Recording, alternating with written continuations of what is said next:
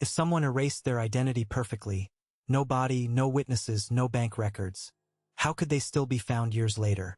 Imagine a disappearance so clean, so meticulously planned, that it left nothing but silence in its wake. No clues, no leads, no signs of struggle.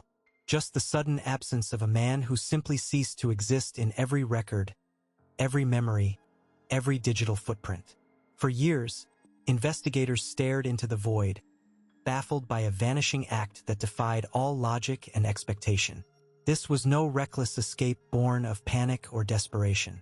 There was no crime scene, no violent confrontation, no desperate plea for help. It was a calculated decision made under increasing pressure. A choice to vanish completely, to dismantle a life piece by piece until there was nothing left to trace. Bank accounts were quietly closed, subscriptions canceled, phones disconnected. Friends and family noticed the fading contact but found no reason to suspect foul play.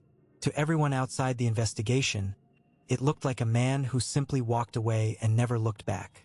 The authorities, after exhaustive searches and fruitless leads, began to accept the harsh truth.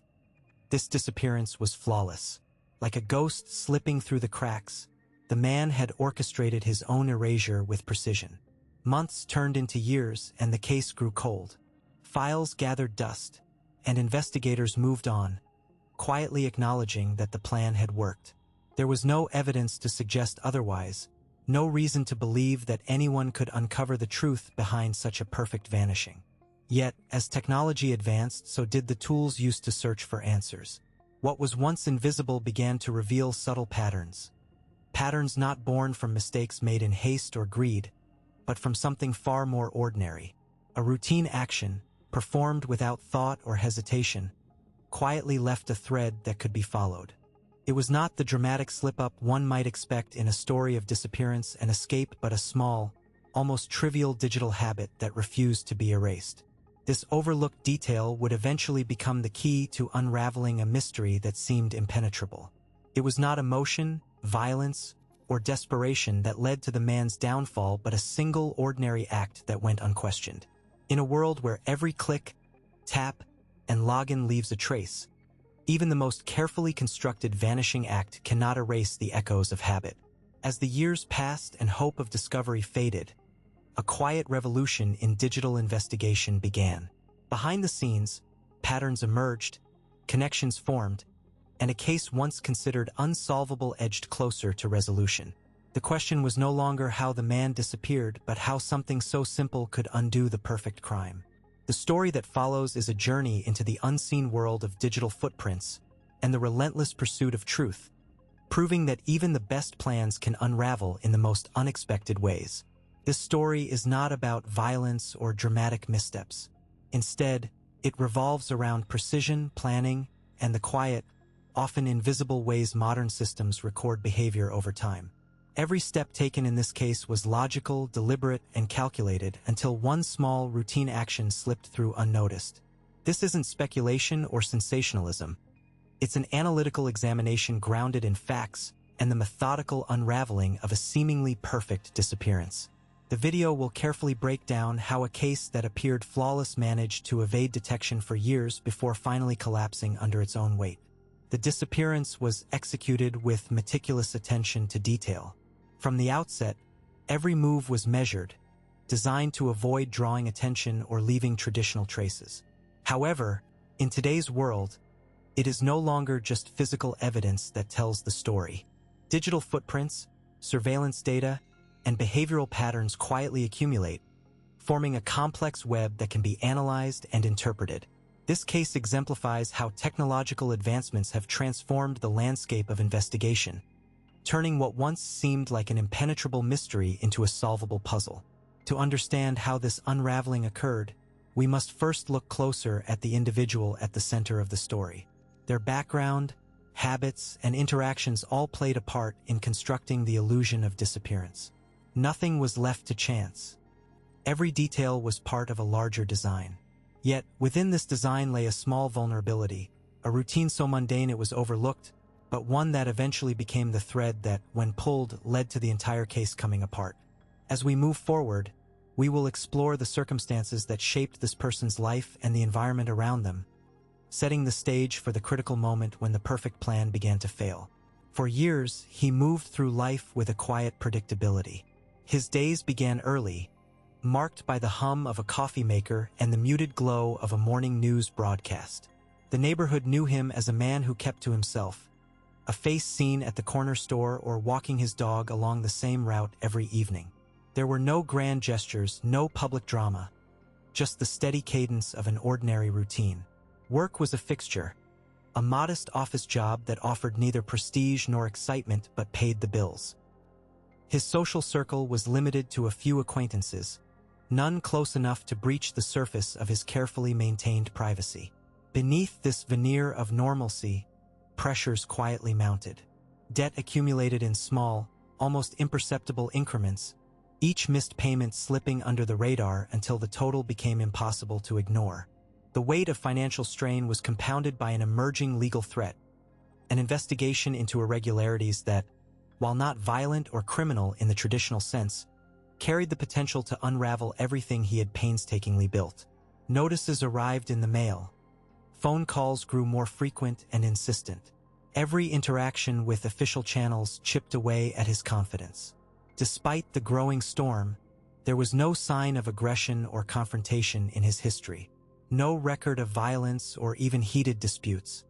His responses were measured, almost rehearsed, as if he had internalized a script meant to navigate adversity without provoking further trouble.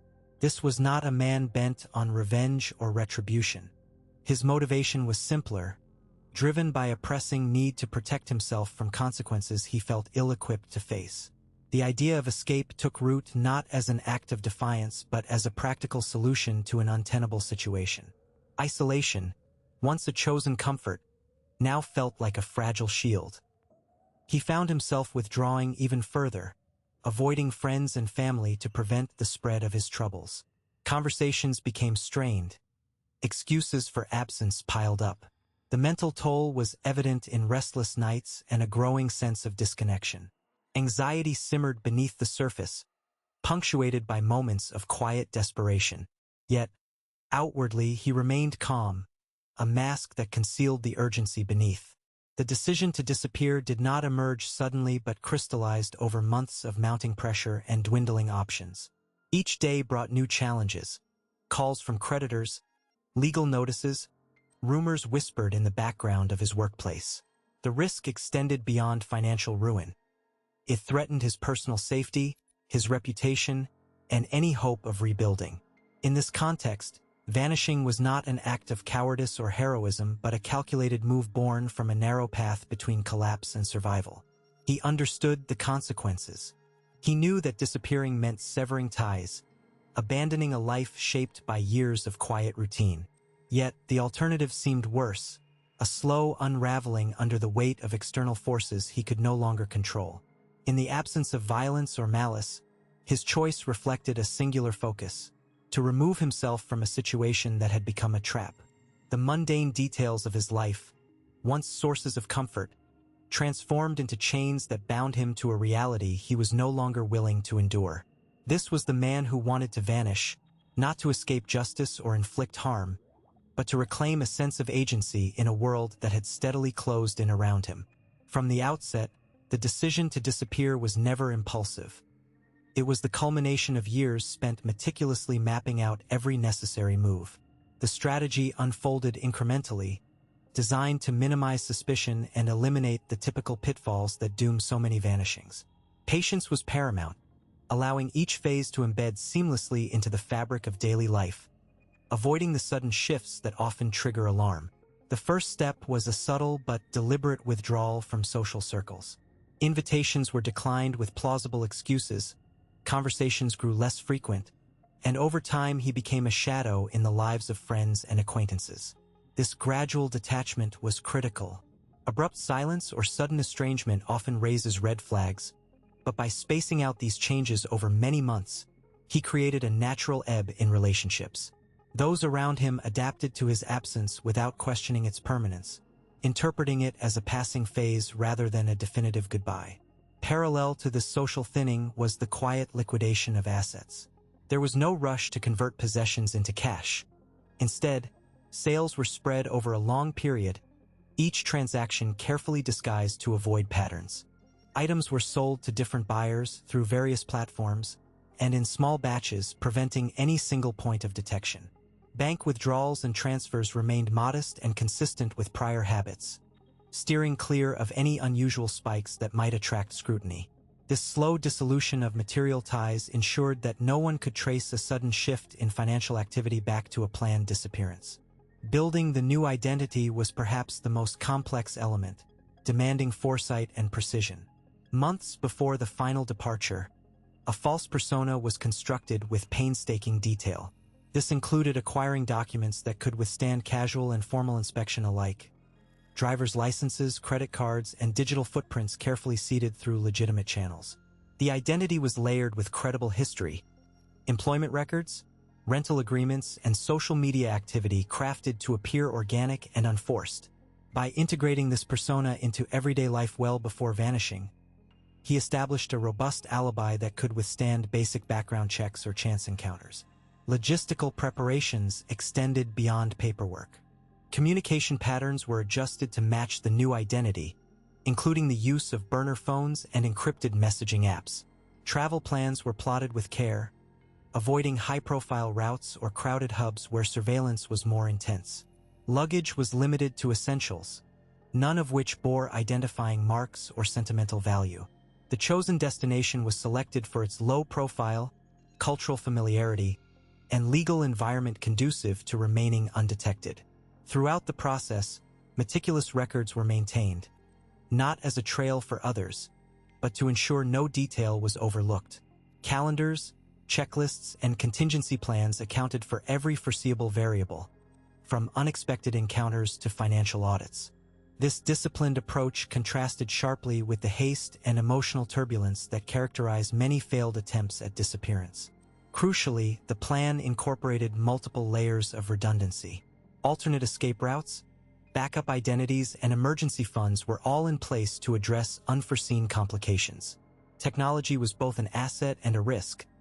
Thus, digital footprints were minimized, and online activity was compartmentalized to prevent cross-contamination between real and false lives. By embracing a long-term horizon, he avoided the impatience and errors that plague those seeking immediate escape. The disappearance was less an act of sudden flight and more a slow, deliberate unweaving of ties, culminating in a final step that appeared, to the outside world, as a quiet fade rather than a dramatic exit. Each movement was calculated, each action layered with intent, ensuring that the plan was not just a hopeful wish but a carefully engineered reality. Every step of the plan was executed with painstaking precision, leaving behind no obvious breadcrumbs for anyone to follow. The investigators who later tried to unravel the mystery found themselves staring at a wall of silence and absence, a void where there should have been clues. It was as if the person simply evaporated, leaving no fingerprints on the digital or physical world. Bank accounts, often the first place authorities looked to track someone's movements, had been methodically closed or entirely drained well before the final disappearance. Rather than a hasty withdrawal, it was a slow bleed, a transfer of funds to untraceable channels, followed by the systematic closing of all traditional accounts. Each bank notified without raising suspicion, each closure aligning with the natural timeline of the individual's fading presence. When investigators subpoenaed statements, they found months of inactivity, no sudden spikes or suspicious transactions, just a steady quiet that offered no leads. Phones, those everyday extensions of identity, were abandoned deliberately. The main lines were disconnected weeks in advance, and the associated numbers were left to expire quietly. Backup phones had been used sparingly and destroyed after their purpose was fulfilled. Any attempt to trace calls or messages led nowhere. The phones were switched off, their SIM cards removed and discarded. The digital footprints one might expect, call logs, location pings, text histories, were all wiped clean or rendered inaccessible. It was as if the person had never made a single call in recent memory. Emails, often the digital skeleton keys to personal lives, were deleted with care. Not just rushed delete clicks, but thorough erasure. Emptying trash folders, clearing sent items, and even removing archived backups stored in the cloud. The accounts themselves were closed using the most discreet methods, avoiding automated alerts or recovery options. Investigators who requested access were met with locked doors or accounts that simply no longer existed, denying them even the faintest thread to follow. The routine nature of these closures suggested a person who understood the digital landscape intimately, using that knowledge as a shield. Physical objects, too, were not left behind haphazardly. Clothes, personal documents, and any item that might tie the individual to a location were carefully disposed of. Some were burned, others shredded or otherwise destroyed beyond recognition. Furniture and belongings were sold off quietly in the weeks leading up to the disappearance, each transaction small enough to avoid drawing attention. The living space itself was emptied with such thoroughness that when authorities finally inspected, it felt more like a carefully staged set than a lived-in home. No fingerprints, no fibers, no discarded notes.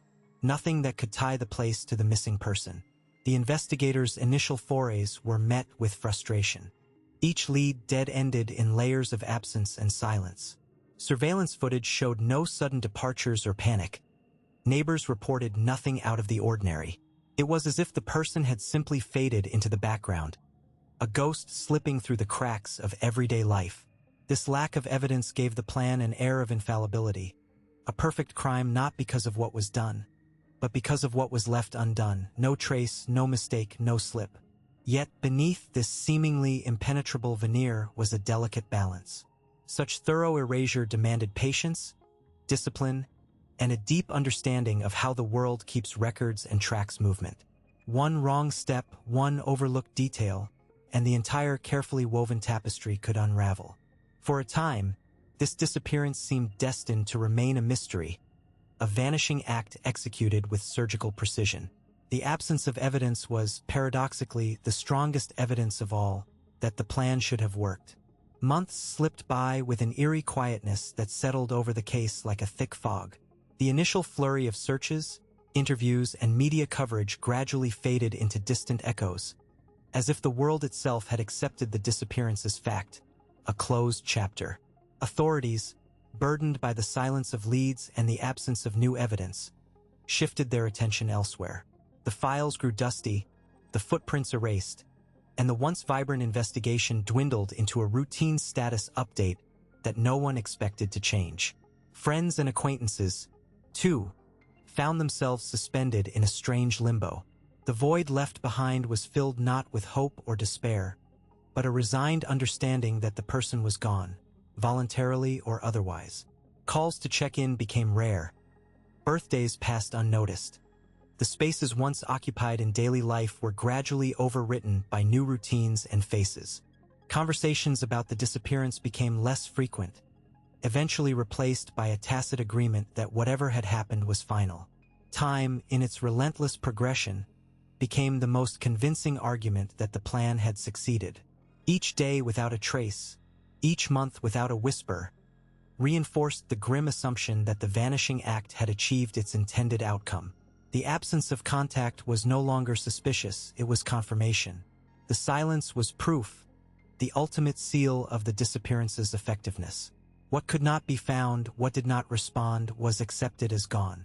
Law enforcement officially leaned toward the simplest explanation: voluntary disappearance or presumed death. The lack of evidence for foul play or accidental harm nudged the case into a quiet corner of the archives. The theory that the individual had consciously erased themselves from the world gained traction, supported by the absence of contradictory signs. Without fresh clues, the narrative hardened into consensus. The world moved on, leaving behind only the faintest traces of a life deliberately erased. Yet beneath this surface of calm acceptance lay a subtle tension. The meticulously constructed silence was unsettling in its completeness.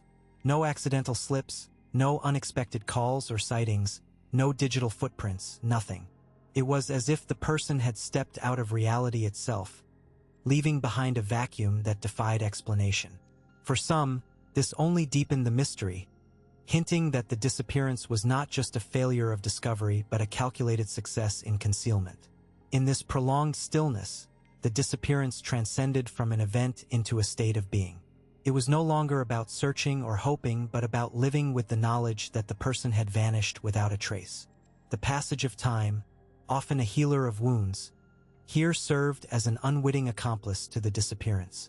It erased urgency, dulled memories, and solidified the false security that the plan had been flawless. As years accumulated, the story became a cautionary tale whispered among those who remembered. It was a reminder of how silence, when skillfully maintained, could outweigh even the most determined efforts to uncover truth. The disappearance, once a source of frantic investigation, transformed into proof of a meticulously executed plan. One that had, at least for a time, fooled everyone. The years had folded neatly over the mystery like layers of dust on an untouched ledger, each one dimming the urgency that had once burned so brightly. The disappearance had seemed seamless, almost too perfect. A vanishing act executed with such precision that it defied the natural chaos of such events. No loose ends, no glaring oversights, just a silence so profound it swallowed every question whole. The careful orchestration had dulled memories, not just of the event itself, but of the desperation that had followed.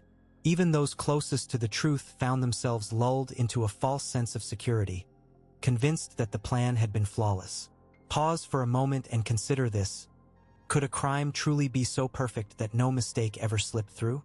If, up to this point, you believe the plan was executed without a single flaw, take a moment to like this video. Maybe even drop a comment sharing your thoughts on how impenetrable the disappearance seemed. Was this truly a masterclass in evasion? Or is there something lurking just beneath the surface, waiting to unravel the carefully woven facade? As the story continues, the unsettling truth begins to emerge. Perfection, as it turns out, is a fragile veneer. Beneath the polished exterior of the plan's success, subtle cracks start to show. Small inconsistencies that at first glance might be dismissed as coincidence, but, when pieced together, hint at a deeper vulnerability. The silence that once seemed so absolute now feels more like a fragile truce, a temporary ceasefire in a game where every move counts. The very same silence that once shielded the crime begins to whisper secrets to those willing to listen. In one overlooked detail, a shadow of doubt takes shape. A seemingly insignificant witness, someone who had been dismissed as unreliable or too distant to matter, begins to resurface in the minds of investigators.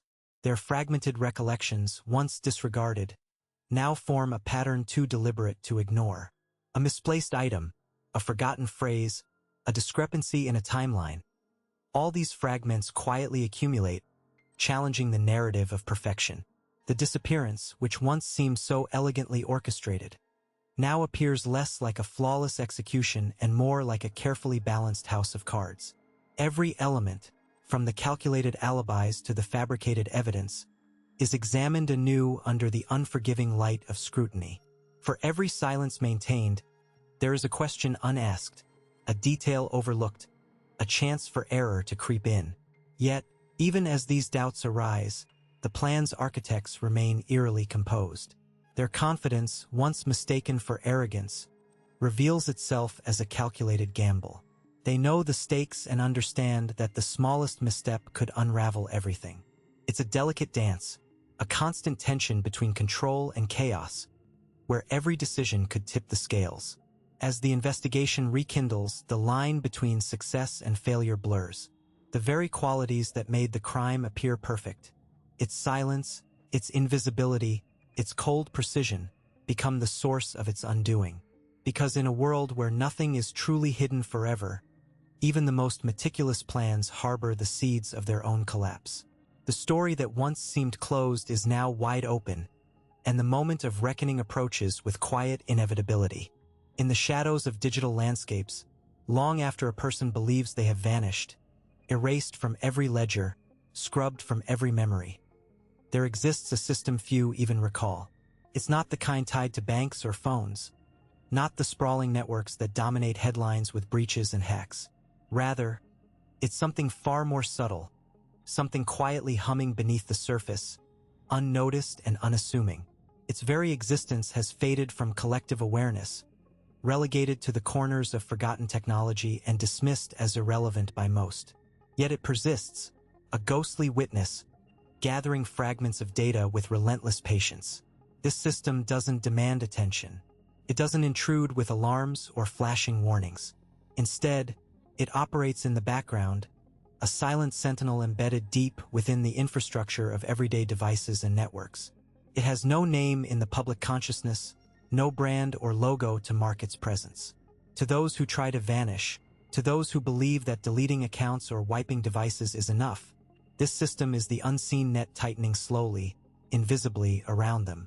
Most people assume that once a file is deleted, once a digital footprint is scrubbed, the trail ends.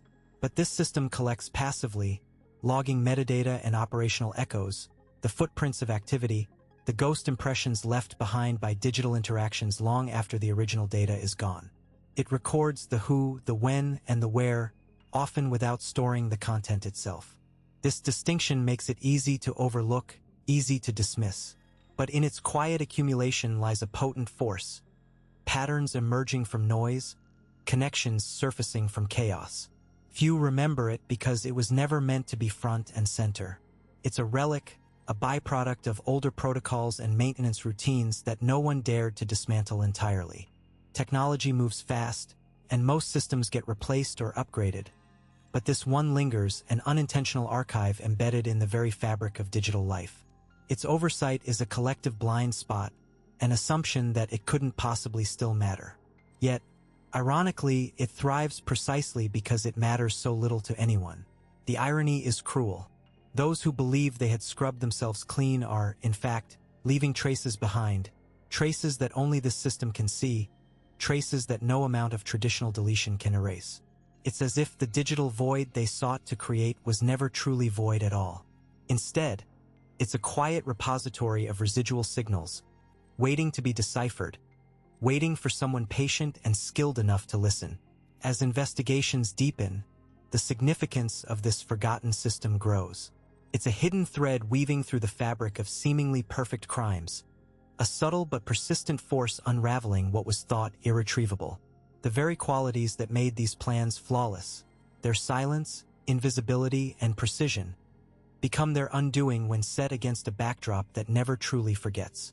This system doesn't judge, doesn't intervene, but it records, always records, and in doing so, it holds the key to truths long considered lost. For those still chasing shadows, still trying to rewrite their pasts, this is the trap tightening, slowly, quietly, inexorably. And while the world outside remains oblivious, the digital undercurrent flows on, bearing witness to everything no one thought to remember. He reached out without thinking, a movement so ingrained it had become second nature. The gesture was subtle, almost imperceptible. A flick of the wrist, a brief touch to a hidden panel beneath the desk. Every day, at the same time, just like clockwork, his fingers found that familiar spot. It was a habit born from years of repetition, a ritual performed so unconsciously that even the sharpest observer might have missed it. To anyone watching, it seemed utterly innocent, a mere tick, a mechanical action devoid of meaning. No one could have guessed that the room where he now sat was empty, void of the person who had once filled it with life and purpose. Yet, his hand moved as if that presence still lingered, as if the world had remained unchanged. The routine persisted, relentless and unyielding, a quiet echo of a past that refused to fade. The habit had become a thread woven deep into his muscle memory, a fragment of normalcy clinging stubbornly to the edges of a life turned upside down. At times, he caught himself mid-motion, startled by the automatic nature of the act. A faint shiver would run through him, a fleeting awareness that something was amiss. Yet, the compulsion was stronger than his reason, pulling him back to the same gesture time and again. It was a small thing, really too small to matter, or so it seemed. Just a touch, a flick, a pause. Harmless, unseen, unremarkable. But in the quiet solitude of that empty room, the habit took on a new weight. It became a silent testament to absence, a stubborn refusal to let go. The world outside remained indifferent, unaware of the significance hidden within that fleeting movement. And he, caught in the loop of his own creation, unknowingly danced on the edge of a precipice he did not yet see. The routine continued after the disappearance, day after day, woven seamlessly into the fabric of his existence. It was as if the habit had a life of its own, immune to the chaos that had unraveled everything else. The act required no conscious thought, no deliberate intent. It was a ghost of past certainty, a fragile anchor in a sea of uncertainty. None around him questioned it. None noticed the quiet persistence of that small motion. Yet, beneath its surface lurked a danger born not of malice but of neglect. An overlooked detail, a minor thread that, when tugged, could unravel the entire tapestry. This was the insidious nature of routine. How something so mundane, so apparently trivial, could hold the power to betray, to expose, to undo. In the world of perfect crimes gone wrong, where every detail matters and every slip can lead to ruin, such habits are the silent enemies. They live in the spaces between actions, in the moments when vigilance fades and the mind wanders. They are the cracks that form in the strongest walls, the soft spots where the facade begins to crumble. And this one habit, so automatic, so innocent, was the first crack, invisible to most but glaringly obvious in hindsight. It was the thread that, once pulled, would unravel everything he had tried so desperately to hide. The danger lay not in the act itself, but in its persistence beyond reason, in the refusal to break free from a past that no longer existed. Unseen, unremarked, but ever present, the habit was a quiet betrayal, a reminder that in the dance of shadows and secrets, even the smallest misstep becomes a spotlight, revealing what was meant to remain hidden forever. Investigators began by methodically examining the digital footprints left behind, focusing on the subtle but consistent patterns embedded in the data.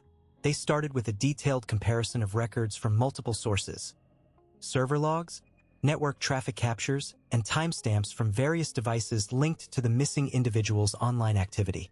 This cross-referencing was crucial because it allowed them to identify anomalies and overlaps that a single dataset alone would not reveal. By aligning these timestamps, they reconstructed a timeline that exposed moments when the individual's digital presence intersected with other relevant events. The process involved isolating specific data points, such as login attempts, message exchanges, and location pings, that could be precisely timestamped. Each of these data points was then compared against corresponding entries in external systems, including internet service logs and third-party platforms. This comparison highlighted consistent patterns of access and communication that persisted even when the individual was presumed offline. The key was not to focus on one isolated occurrence, but to recognize the continuity of behavior that indicated ongoing activity. One critical link emerged from this alignment: a particular IP address that appeared repeatedly across different datasets. Initially, this IP address seemed generic, possibly belonging to a public network or a shared device. However, when investigators traced its usage against geolocation data and service provider records, a clearer picture formed. The IP address corresponded to a location associated with the individual's known contacts and frequented places. This geographic correlation narrowed the scope of the investigation and anchored the digital traces to a physical environment. Further scrutiny revealed that this IP address was associated with a specific device that had interacted with the missing person's accounts shortly before their disappearance. This connection was not a mere coincidence, but a pivotal link that allowed investigators to collapse the separate threads of identity into a single, coherent narrative. The device's unique identifiers, such as MAC addresses and encrypted session tokens, matched those found in the individual's prior digital engagements, confirming ownership or at least direct use. At this stage, the investigators also employed metadata analysis to uncover hidden relationships within the data. Metadata from emails, file transfers, and social media posts provided additional context, revealing timing patterns and content themes consistent with the missing person's known habits and contacts. This metadata acted as a subtle confirmation, reinforcing the connections established through more overt data points. Crucially, the investigators remained attentive to discrepancies or gaps that could undermine their findings. Each inconsistency was carefully examined and either explained through technical factors, such as time zone differences or server delays, or flagged for further analysis. This cautious approach ensured that the conclusions drawn were based on verifiable evidence rather than assumptions. The culmination of these steps was a layered and corroborated sequence of digital traces that unmistakably linked the missing individual to a series of online activities continuing beyond their disappearance. Rather than relying on dramatic revelations or speculative leaps, the investigators' approach was grounded in logical deduction and systematic verification. By patiently connecting one piece of data to the next, they reconstructed the individual's digital path, ultimately revealing the persistence of their presence and guiding the ongoing inquiry into their whereabouts. This methodical unraveling of the digital trail underscored the importance of detailed data comparison, precise timestamp alignment, and the critical identification of a single link that unified disparate elements. The result was a coherent and evidence-based understanding of the missing person's last known activities, providing a foundation for further investigative steps and bringing clarity to a case that had initially seemed impenetrable.